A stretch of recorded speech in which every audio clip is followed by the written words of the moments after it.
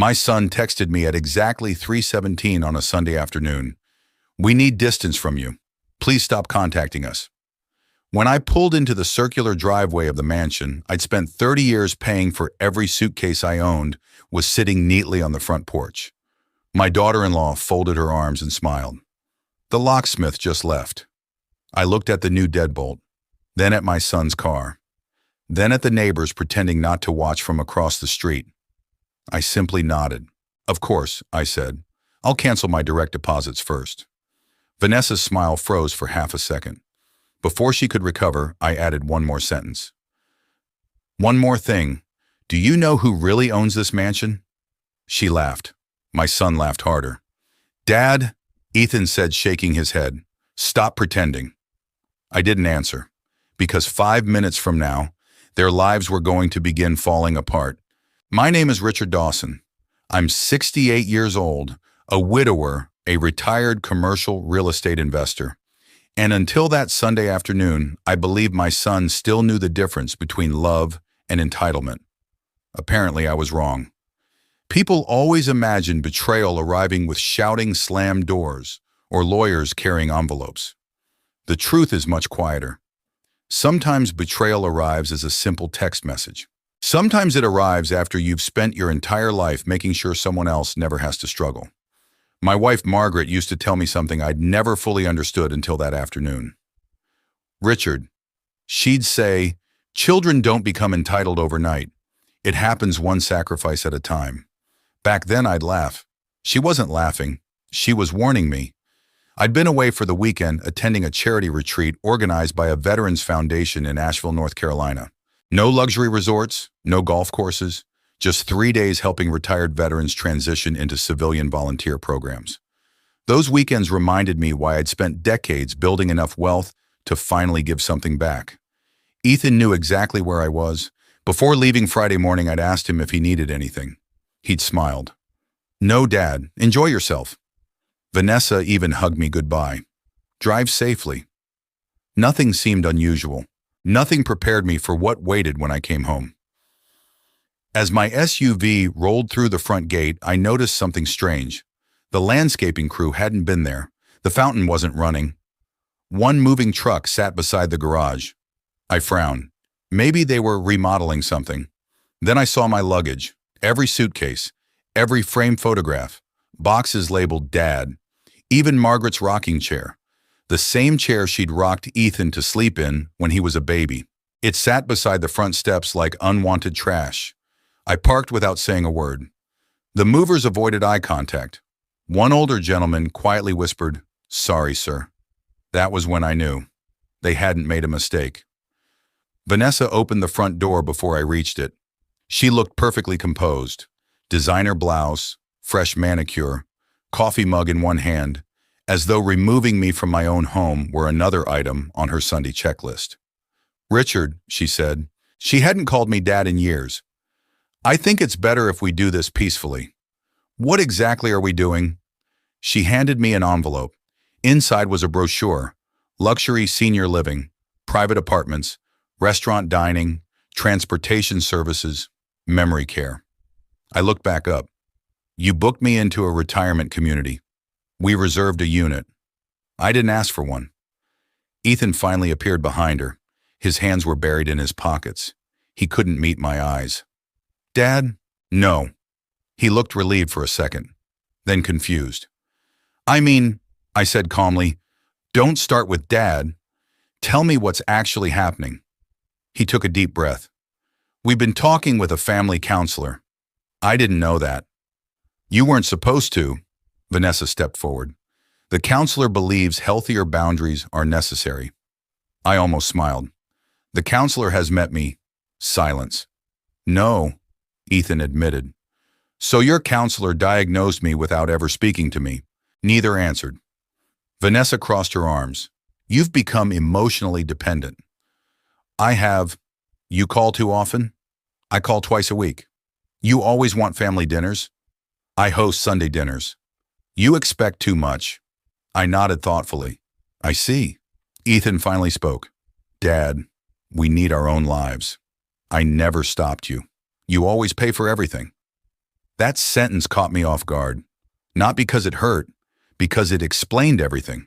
Somewhere along the way, my generosity had become evidence against me.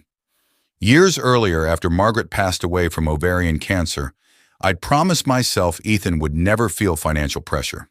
I quietly paid whatever he needed: college tuition, his first car, graduate school, their wedding, the down payment on what everyone believed was their dream home, monthly transfers into Ethan's checking account, property taxes, insurance, utilities, maintenance. I never mentioned any of it. I didn't want gratitude. I wanted peace. Perhaps that was my greatest mistake. People rarely appreciate blessings they've never had to earn. One of the movers carried out another box. Inside were family photo albums. Vanessa pointed toward the driveway. "Those are yours." I looked at the box, then at her. "You packed our wedding albums. They're mostly your memories." "Our memories," she shrugged. "Not anymore." Across the street, Mrs. Collins stood frozen beside her mailbox. She'd watched Ethan grow from kindergarten to adulthood. Our eyes met. She looked horrified. I gave her a reassuring smile. No sense embarrassing anyone further. Humiliation is loud enough without an audience commenting on it. I turned back toward my son. "So this text." I held up my phone. "We need distance from you. Please stop contacting us completely." He nodded. "We meant it." "I believe you." "You won't argue." "No." Vanessa almost looked disappointed. She'd prepared for a fight. Instead, she got silence. Sometimes silence unsettles people more than anger. I reached into my jacket pocket and removed my phone. I opened my banking app, tapped twice, made a mental note for Monday morning. Then I looked at both of them. "Of course," I said. "I'll cancel my direct deposits first thing tomorrow." Vanessa laughed, a short, dismissive laugh. "Oh, please." Ethan rubbed his forehead. "Dad, don't be dramatic." "I'm not." Then I smiled. "One more thing." They both looked at me. "Do you know who really owns this mansion?" Vanessa burst into laughter. "This again?" Ethan chuckled. "Dad, the house is ours." I tilted my head. "Is it?" Neither noticed the question hidden inside my answer. Neither had ever read a single property document. Neither had ever asked why every tax bill arrived in a sealed envelope addressed to someone else. Neither had ever wondered why every repair invoice came to me first. They simply assumed. And assumptions can become very expensive. I picked up Margaret's rocking chair myself. It deserved better than being carried by strangers.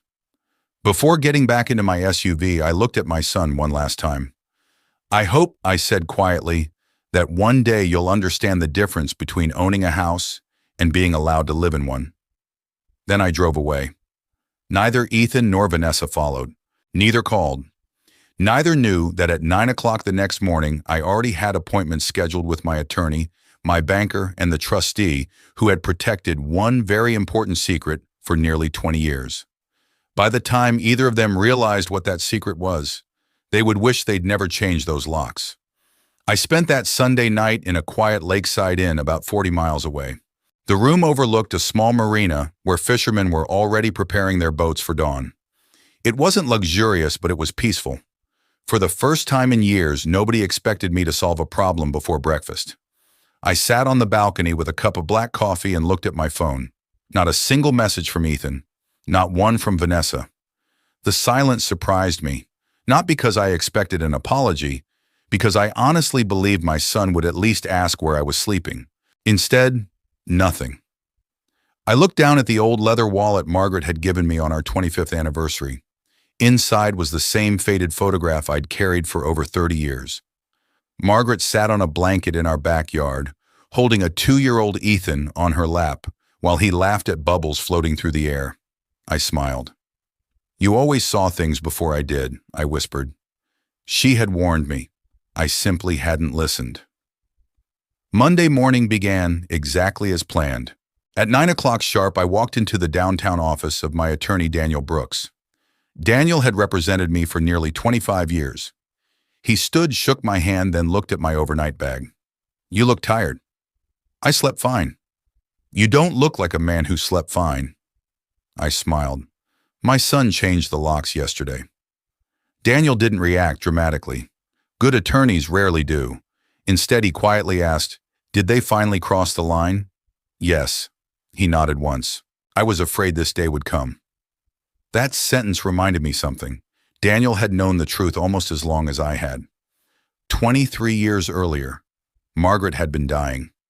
Cancer doesn't only attack the body, it changes conversations. Instead of discussing vacations or retirement, we discussed guardianship, Will's taxes, and the future of a little boy who would soon lose his mother. One evening, she reached across her hospital bed and squeezed my hand. "Promise me something." "Anything." "Don't let success destroy Ethan." "It won't." "It can." I frowned. "He'll inherit enough to live comfortably." She slowly shook her head. "That's exactly what scares me." I didn't understand. She continued, "If he believes everything simply becomes his, he'll never learn gratitude." Those words stayed with me long after she was gone. Months later, I began restructuring every major asset I owned, not to hide money, to protect my son from it. Daniel opened a thick blue folder. Across the cover were 4 simple words: Harrison Family Preservation Trust. "Everything is still exactly as Margaret requested," he said. "I've never changed a clause." He handed me a copy. I didn't need to read it. I had practically memorized it years ago. After Margaret died, I transferred almost every significant property into the trust.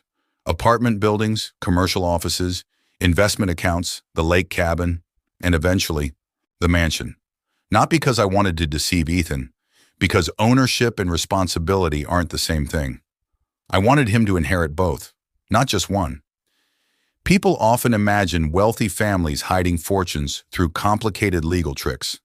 The truth is much simpler. Family trusts are perfectly ordinary in America. Thousands of families use them every day.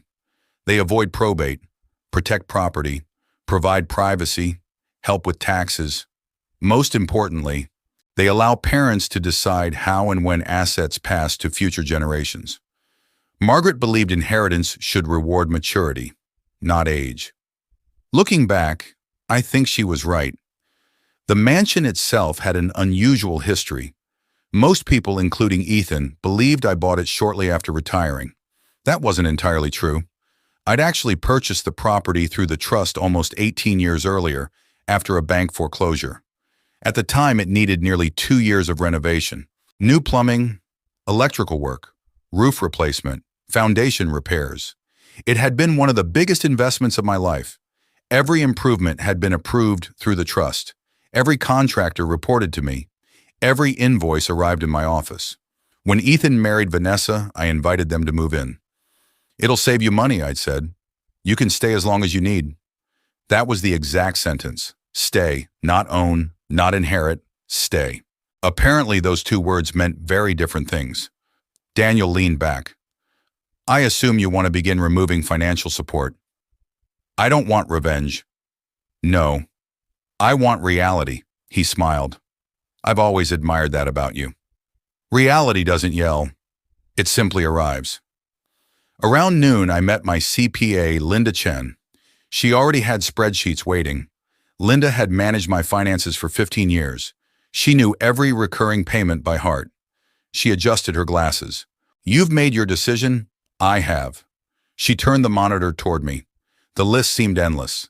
Monthly direct deposit to Ethan, property taxes, homeowners insurance, utilities, landscaping, pool maintenance, housekeeping payroll, security monitoring, wine club membership, internet, streaming services, garage maintenance, vehicle insurance, annual HOA assessments, seasonal decorating, holiday lighting.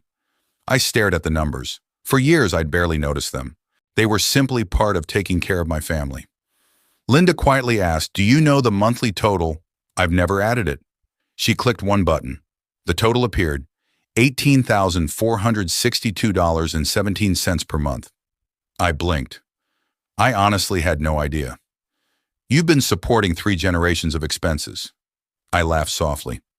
"No wonder they think this lifestyle is normal." Linda looked at me carefully. "I need to ask one question." "Go ahead." If Ethan called tomorrow and apologized, would you restore everything? I thought about it, longer than she probably expected. Finally, I answered, no. She looked surprised. I'd forgive him, but I won't rescue him from lessons he needs to learn. She smiled. Margaret would approve. I hoped she was right. By mid-afternoon, I visited First Carolina Bank. I'd known branch manager Frank Morrison since before Ethan graduated high school. He greeted me warmly. Richard, good to see you. I need to stop several recurring transfers. No problem. He pulled up the accounts. Everything. He looked up. Family situation.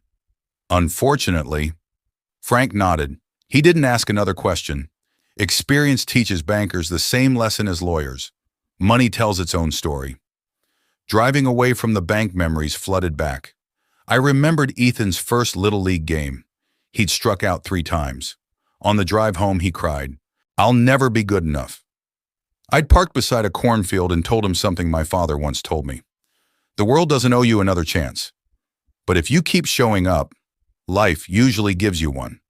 He'd smiled through tears. By the next season, he was one of the best hitters on the team. That boy understood perseverance. So where had he gone? When had encouragement become expectation? When had gratitude become entitlement? I still couldn't answer those questions. Late that evening, my phone finally buzzed. Not Ethan, not Vanessa, Mrs. Collins, our longtime neighbor. Richard, she said gently, I hope you don't mind me calling. Of course not. I just wanted to make sure you're all right. I'm fine. She hesitated. There's been quite a bit of arguing at the house today. I remained silent. The landscapers left after saying someone hadn't paid them. I see. And 2 delivery trucks turned around. I thanked her for checking on me. Before hanging up, she quietly added, I've watched you raise that boy since he was 5. Yes. I don't think he realizes how much you've done. No. I looked across the dark lake outside my window. He doesn't. Not yet. But reality has a remarkable way of introducing itself. And by the end of the week, my son was about to receive an education no amount of money could buy. Tuesday morning was unusually quiet. I woke before sunrise, brewed a pot of coffee, and stepped onto the porch of the little lakeside cottage I'd rented for the month. The lake was perfectly still. A pair of ducks glided across the water without leaving more than a ripple behind. For the first time in decades, I didn't have a schedule filled with meetings, property inspections, or family obligations. It felt strange, not lonely, just unfamiliar. My phone rested on the small table beside me. Still nothing from Ethan. That surprised me more than anything. Not because I expected an apology, but because I knew exactly what had happened overnight. The automatic transfers had stopped. At precisely 8:15, my banker called. Good morning, Richard. Morning, Frank. I wanted to confirm everything processed successfully. No problems. None. The recurring deposits have ended. I thanked him. After hanging up, I stared out across the water. For nearly 15 years, those deposits had arrived in Ethan's checking account on the first business day of every month. Like clockwork. He never had to ask. I never had to remind him. The money simply appeared. At some point, he stopped wondering where it came from.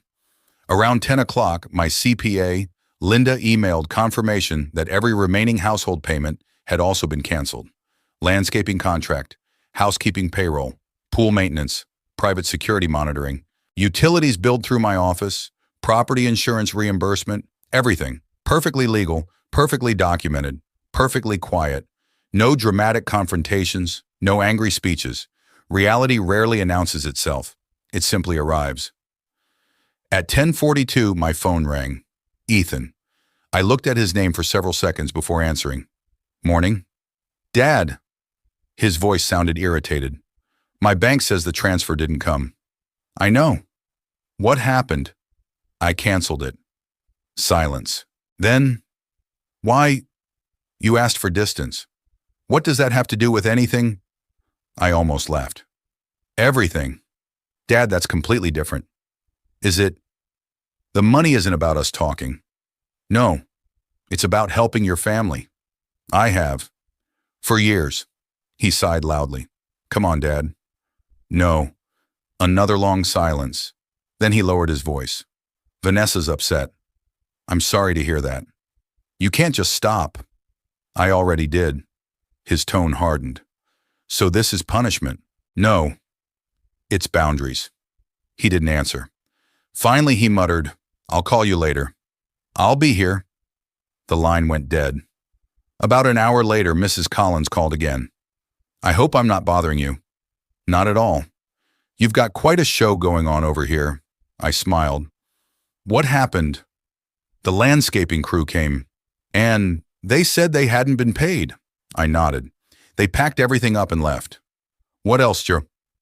The pool company arrived. They left too. I thanked her again. She hesitated. Richard, yes. Vanessa was yelling at everyone. I imagined she might. I don't think she understands why they're leaving.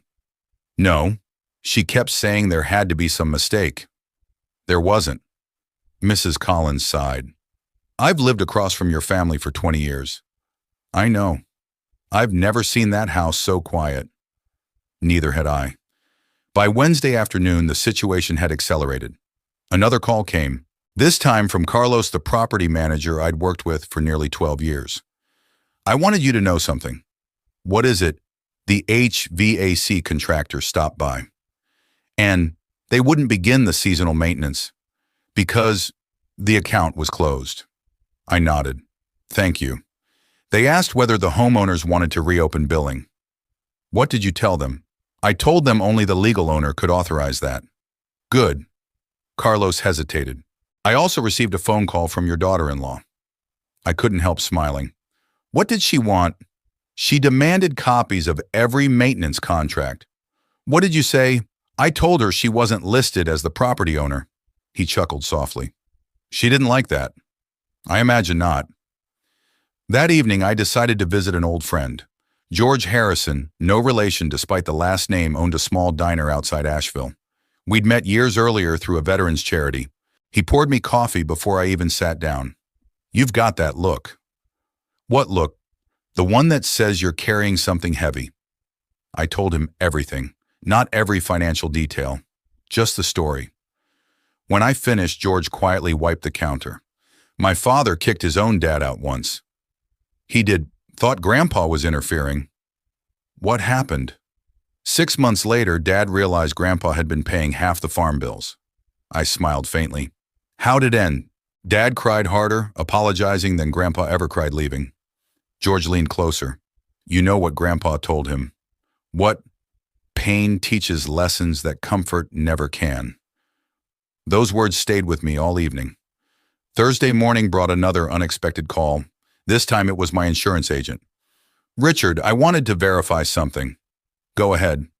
We received a request to transfer the homeowner's policy into Ethan's name. I expected that. The application couldn't be completed. I know why. The ownership documents don't match. Correct. He lowered his voice. I assume you don't want us discussing ownership. Not until legally necessary. Understood. Another piece had quietly fallen into place. Friday afternoon, almost 5 days after changing the locks, Ethan appeared at the lakeside cottage. He looked exhausted. Wrinkled shirt, dark circles beneath his eyes. He stood awkwardly on the porch while I finished watering a few flower pots. You found me. I called Aunt Susan. I figured. For several moments, neither of us spoke. Finally, he said, the electricity company wants payment. I imagine they do. The security system stopped. Yes. The housekeepers quit. I heard. He looked genuinely confused. Why is everything connected to you? I studied my son carefully. That question wasn't angry. It was honest. For the first time all week, he was beginning to wonder. Not accuse. Wonder. I motioned toward the rocking chair beside mine. Sit down. He sat. Dad, I have one question before we continue. He nodded. In all the years you've lived there? Yes. Did you ever once ask who paid for any of it? He looked away. I assumed. I know. I know. He swallowed hard. I never realized. No. You didn't. Before he could say another word, Vanessa called his phone. I could hear her voice shouting, even from where I sat. They're threatening to cancel the homeowner's insurance. Ethan closed his eyes. I'll be right back. He hung up slowly. Then he looked at me again. Dad? Yes? What aren't you telling me? I took a long sip of coffee before answering. Nothing. His forehead wrinkled. But you simply never asked the right questions? He left 20 minutes later with far more questions than answers. I watched his car disappear down the narrow country road. For the first time since this began, I didn't see arrogance in his face. I saw uncertainty, and uncertainty is often the first crack in entitlement. Meanwhile, across town, Vanessa was refusing to accept what Ethan had finally begun to suspect. She still believed this was nothing more than an old man's bluff. Unfortunately for her, the county property records had no interest in protecting her assumptions. The following Monday began with a knock on my cottage door. It wasn't Ethan. It wasn't Vanessa. It was a courier. Richard Dawson. That's me. He handed me a thick envelope requiring my signature. The return address belonged to one of the largest law firms in Charlotte. I smiled before I even opened it. Vanessa had hired an attorney. I walked back inside, poured another cup of coffee, and sat by the window overlooking the lake. The letter was exactly what I expected. It accused me of financial coercion, emotional manipulation, retaliation against family members. It demanded that I immediately restore all financial support and provide documentation proving I had no ownership interest in the mansion. At the bottom was one sentence that made me chuckle. Our clients are the rightful homeowners and occupants of the property. Interesting, I whispered. They're about to learn the difference between believing something and proving it. An hour later, I met Daniel Brooks in his office. He read the letter without changing his expression. When he finished, he slid it across the desk. They're bluffing. I thought so. They're hoping you'll panic. I won't. He smiled. I know. Daniel picked up another folder. This one was much thinner. Eventually, he said, their attorney is going to request the county property records. I expect that. And when they do, they'll finally stop arguing with me. They'll start arguing with reality. That was one of the reasons I trusted Daniel for so many years. He never dramatized the law. The law didn't need drama. Facts were enough. 2 days later, Daniel called. They requested the records. Already, earlier than I expected. What happens now? We wait. That's all. That's all. Sometimes people imagine legal battles as dramatic courtroom scenes. Most of the important moments happen in conference rooms, quiet ones, with coffee that tastes terrible. That Thursday afternoon across town, Ethan and Vanessa sat inside their attorney's office. I wasn't there, but weeks later, Ethan told me exactly what happened. The attorney introduced himself. His name was Michael Green. He specialized in property law. Vanessa wasted no time. My father-in-law is trying to force us out. Michael nodded politely. Do you have the deed? It's our house. I understand. His name isn't anywhere. Michael smiled professionally. Let's verify that. He logged into the county property database, typed the address, pressed enter. The room became very quiet. Vanessa leaned forward. What does it say? Michael didn't answer immediately. Instead, he read every page carefully. Then he opened another document and another. Finally, Ethan asked, well, Michael slowly removed his glasses. The property isn't owned by either of you. Vanessa frowned. What? The legal owner is. He looked back at the screen. The Harrison Family Preservation Trust. She blinked. Who's that? Michael kept reading. The trust was established 23 years ago. Ethan shifted uncomfortably. So who controls it? Michael opened one final document. His eyebrows rose slightly. The sole trustee, he looked directly at them, is Richard Dawson. Neither of them spoke. According to Ethan, nearly 30 seconds passed before Vanessa laughed. That's impossible. Michael calmly rotated his monitor toward them. It isn't. She leaned closer. There has to be another document. There isn't. What about our names? They don't appear on the deed. What about the mortgage? The property has been debt-free for years. What about all the renovations? They were approved through the trust. Vanessa looked at Ethan. You knew this. He slowly shook his head. No, Michael wasn't finished. There is something else. He printed another page.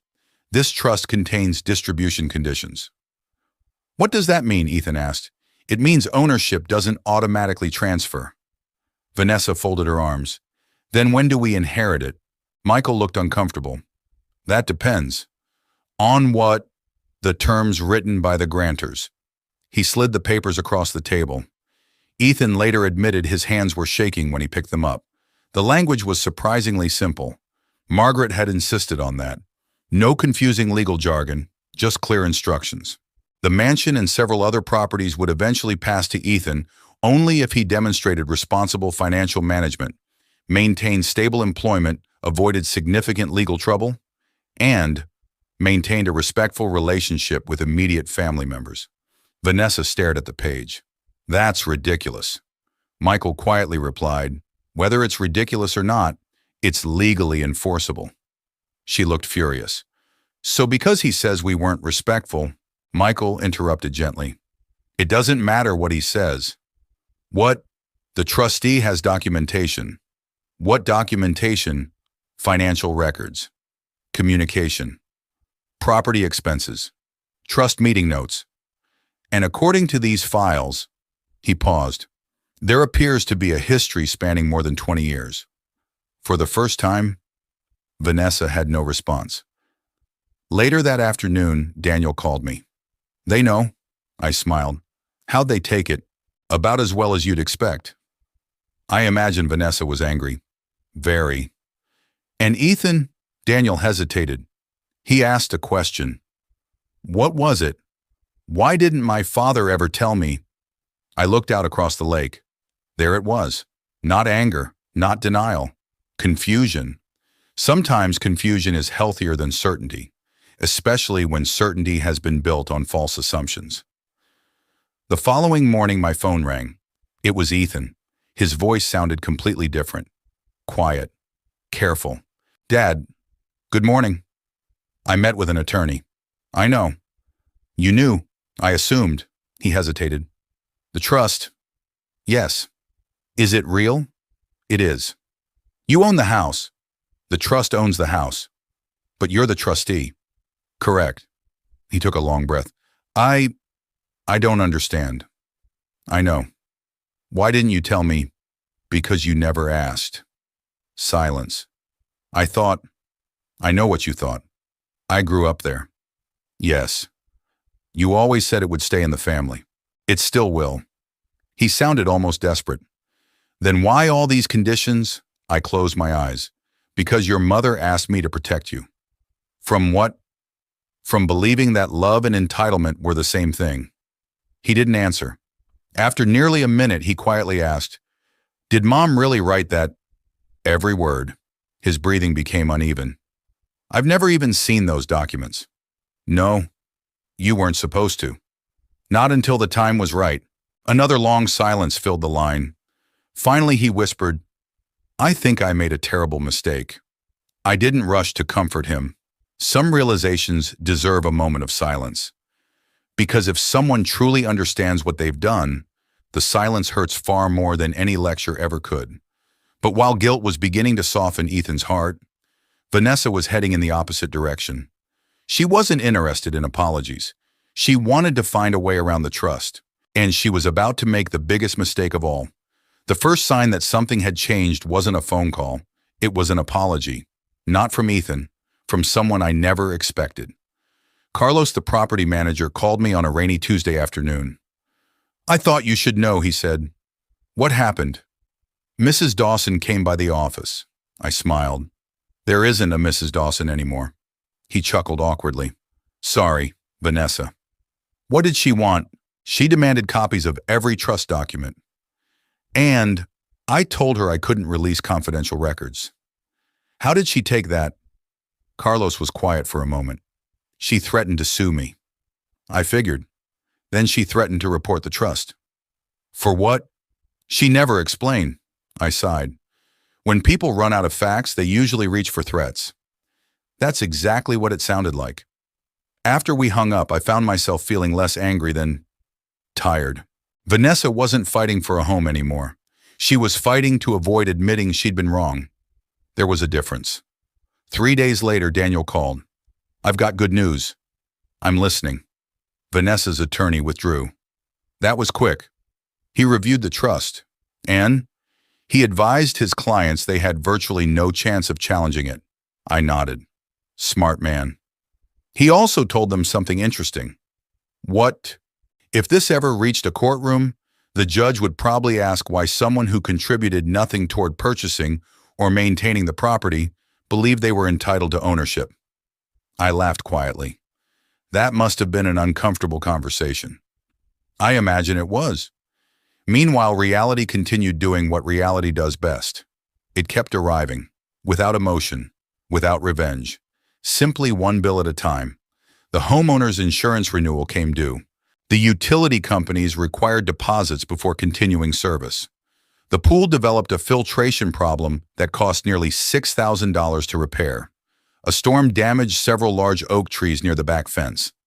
The estimate for removal exceeded $8,000. For the first time in their marriage, Ethan and Vanessa had to make financial decisions without assuming someone else would quietly handle them. According to Mrs. Collins, the expensive SUV disappeared first. Then the boat. A month later, the second luxury vehicle was gone too. The neighbors whispered, "I didn't." People lose enough dignity without spectators adding commentary. About 6 weeks after I'd left the mansion, Ethan asked if we could meet. Not at the house, not at my cottage, at the cemetery. I arrived 15 minutes early.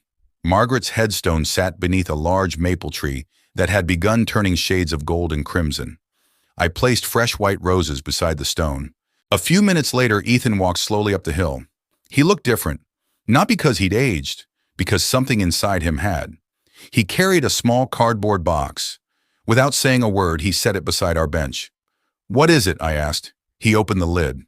Inside were dozens of old journals. I recognized Margaret's handwriting immediately. "I found them in the attic." I looked at him. "I thought they were lost." "So did I." He sat beside me. "I've been reading them." Neither of us spoke for a while.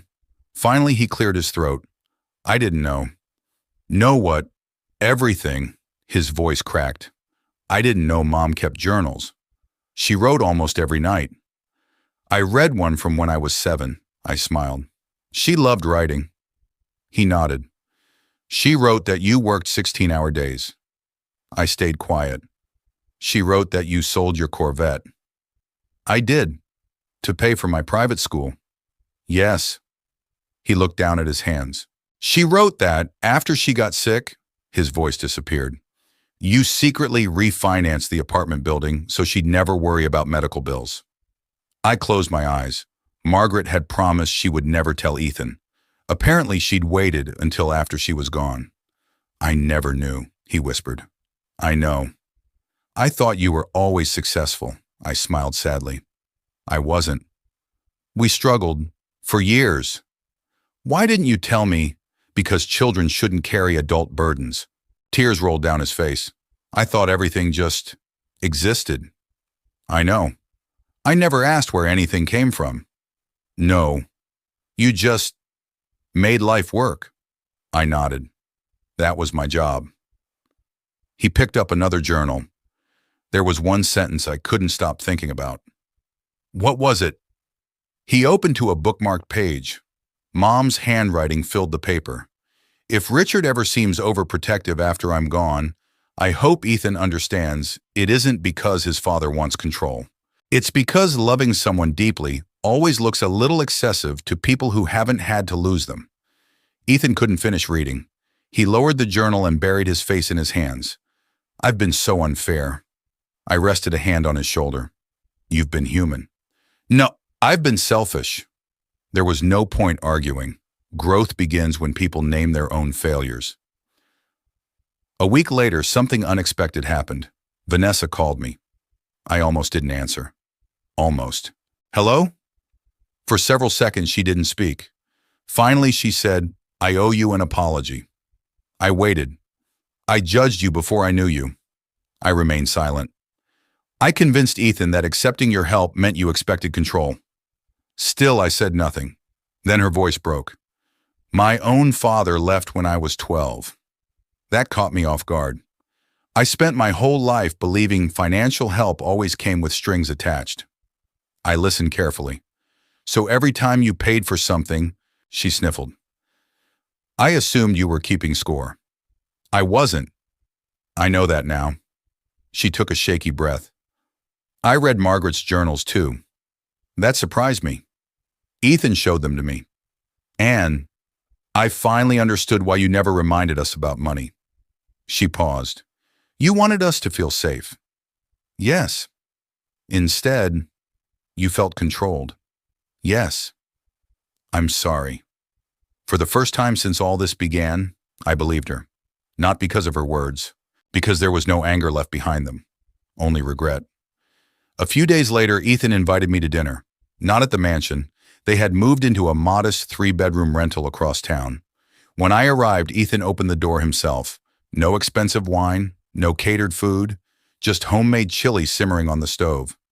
Vanessa greeted me with a nervous smile. I hope you still like cornbread. I do. The house was simple, smaller, warmer. During dinner, nobody mentioned lawyers, or money, or the trust. Instead, we talked about baseball, Margaret, old vacations, family recipes. At one point, I noticed Ethan washing dishes without being asked. Vanessa laughed as flour covered the kitchen counter. The expensive mansion had once echoed with entitlement. This little rental echoed with something I'd almost forgotten: peace. As I drove back to the lake that night, I realized something important. The mansion had never been the inheritance. The lessons were, and perhaps they were finally beginning to take root.